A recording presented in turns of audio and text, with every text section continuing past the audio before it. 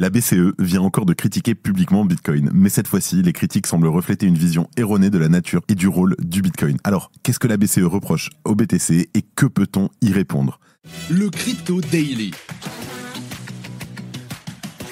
Mon nom est Benjamin Cohen. Et vous êtes bien sur le Crypto Daily.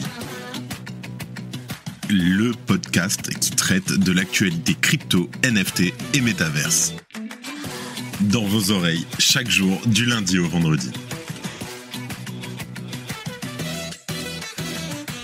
Salut, c'est Benjamin du Crypto Daily et j'espère que vous allez bien. Et c'est donc notre actualité principale aujourd'hui. On parlera ensuite du PSG qui est devenu un validateur de la blockchain Chiliz, puis on évoquera les liens entre la blockchain Tron et la société Tether. Et avant d'enchaîner, n'oubliez pas qu'on sera aussi présent pendant tout le week-end à NFT Paris avec plein de petits cadeaux que vous pouvez entendre ici.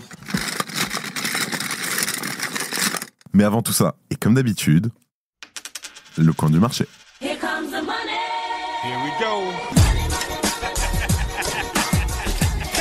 La semaine se termine dans le rouge pour le marché des cryptos, mais je vous rassure, ça va. On a un Bitcoin qui observe une baisse de 1,85% sur les 24 dernières heures et qui se situe à un prix de 50 850 $. L'Ethereum chute lui de 3% pour un prix de 2 910 $. Le BNB et le Sol perdent respectivement 1% et 3,7%. Le XRP chute lui de 2,2%. L'ADA perd 3,75%, tandis que la VAX suit la même trajectoire avec une chute de 4%. Enfin, le TADA fait une magnifique hausse avec plus de 8000% d'augmentation sur les dernières 2 heures. Et enfin, le Tron stagne avec une légère baisse de 0,8%.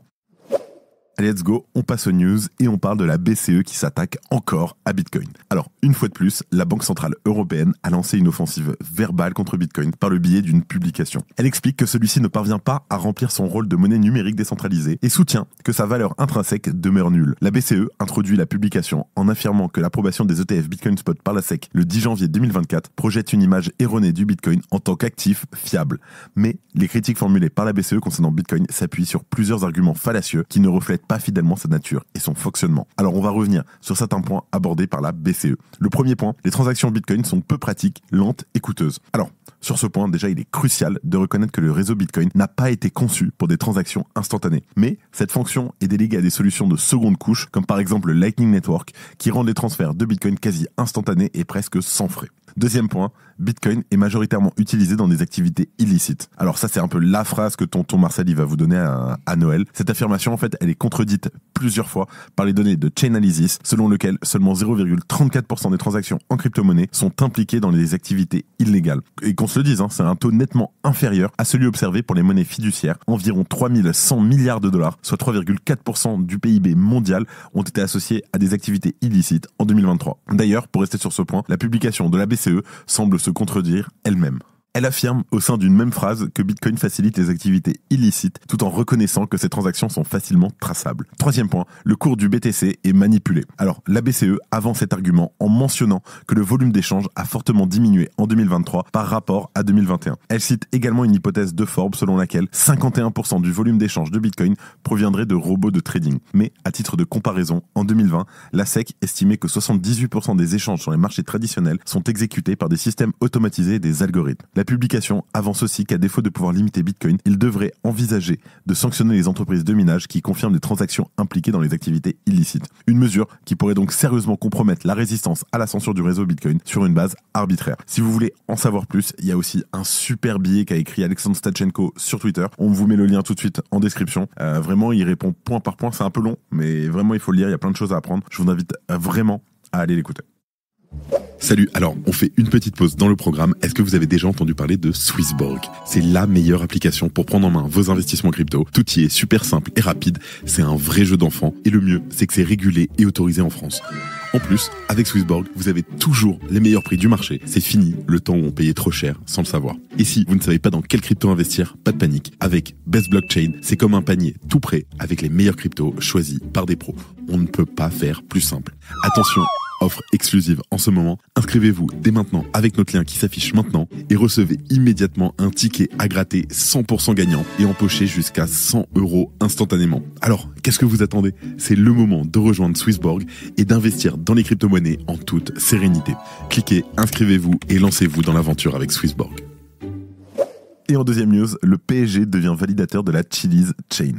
Alors, le Paris Saint-Germain devient le premier club de football à agir en tant que validateur sur la blockchain Chiliz Chain. Cette initiative marque donc une première dans le monde du football où un club s'implique directement dans la validation d'une blockchain. Pour rappel, les validateurs jouent un rôle crucial dans la gestion des nœuds blockchain, sécurisant le réseau par la vérification des transactions et l'autorisation des smart contracts. Lancé en septembre 2018, le fan token du PSG présente aujourd'hui une capitalisation boursière de 28 millions de dollars. Et à travers son programme de rachat, le PSG prévoit de rafraîchir régulièrement ses réserves de tokens de fans, contribuant à l'édification d'une économie numérique durable autour de ceux-ci. Cette décision, prise par le célèbre club de football, n'a pas été prise au hasard. Cette dernière s'inscrit dans le cadre d'un partenariat noué entre le PSG et Socios.com, qui se trouve être derrière le fan token officiel donc du PSG. Et le club compte bien utiliser son nouveau statut pour soutenir son fan token. Car l'équipe s'engage à réinvestir tous les revenus touchés en tant que validateur dans le rachat de fan tokens afin d'en booster l'attractivité et d'en soutenir la croissance. Ces rachats seront effectués de manière complètement automatique via des smart contracts et permettront de soutenir l'activité numérique du club. Je cite: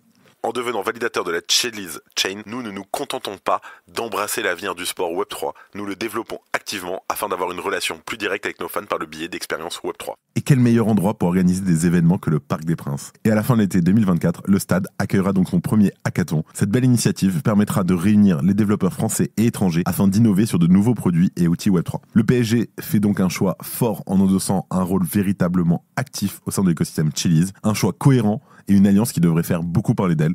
À noter que d'autres clubs de renom tels que FC Barcelone, Manchester City, la Juve ou encore Arsenal figurent également parmi ceux qui ont adopté des fan tokens sur Chiliz.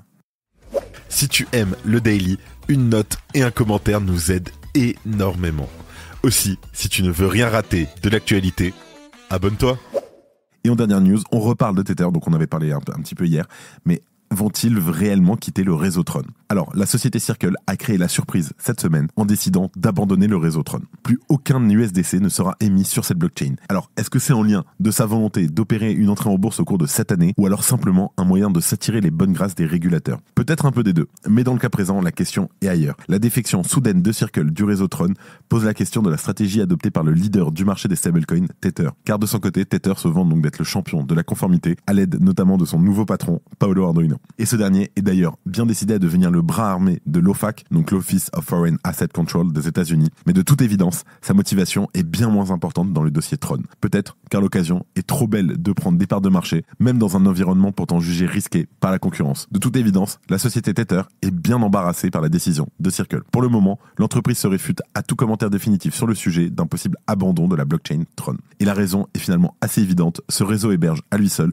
plus de 51,8 milliards de jetons USDT. Des chiffres issus du dernier rapport de transparence publié par Tether en ce mois de février. Le réseau Tron est actuellement la principale destination des USDT de Tether, cela avant même Ethereum, donc on parle de 45 milliards d'unités, et Solana avec 1,9 milliard d'unités, soit plus de 51% des 101 milliards de jetons USDT émis sur l'ensemble des blockchains. Et c'est probablement la raison pour laquelle la société Tether se contente de jouer la carte du gel. Elle explique d'ailleurs être en capacité de bloquer les fonds associés à des opérations douteuses. Et a priori, cela semble suffisant pour le moment pour rester en place sur le réseau Tron. Bien entendu, on vous tient au courant s'il y a du nouveau. Et avant de terminer, les actualités en bref avec notre partenaire, Bean Crypto. FTX récupérera 1 milliard de dollars dans la vente de sa participation dans Anthropic. Alors FTX a reçu l'approbation du juge pour vendre plus de 1 milliard de dollars de ses actions dans la startup IA Anthropic. Le tribunal a statué que la vente pouvait se poursuivre après que FTX ait fait des concessions avec certains clients qui s'y opposaient. A16Z investit 100 millions de dollars dans Eigenlayer. Alors Andreessen Horowitz a investi près de 100 millions de dollars dans Eigenlayer, basé sur Ethereum, suggérant que le financement en capital risque dans la crypto pourrait être en voie de reprise. L'Afrique du Sud dévoile un projet d'intégration des cryptos. Alors, l'Afrique du Sud a annoncé son intention d'intégrer les paiements numériques et les crypto-monnaies dans son système financier pour stimuler l'économie et soutenir les groupes marginalisés. Starknet modifie son schéma d'unlock pour répondre aux controverses. Grand bordel chez Starkware qui a modifié son calendrier de déblocage des tokens STRK. Alors cette décision fait suite aux inquiétudes selon lesquelles le plan original permettait aux investisseurs du réseau de vendre massivement aux utilisateurs de détail de Starknet. Il faut savoir qu'ils ont été délayés de près de 1 an ou 2. Voilà, c'est la fin de ce résumé de l'actualité du jour et de la semaine aussi. Évidemment, pensez à vous abonner pour ne pas rater le suivant, quelle que soit d'ailleurs l'application que vous utilisez pour nous écouter. Rendez-vous sur Twitter, LinkedIn, où vous voulez pour d'autres contenus d'actualité exclusifs. C'était Benjamin pour le Crypto Daily et je vous dis à lundi. C'était Benjamin pour le Crypto Daily. Merci et à très vite.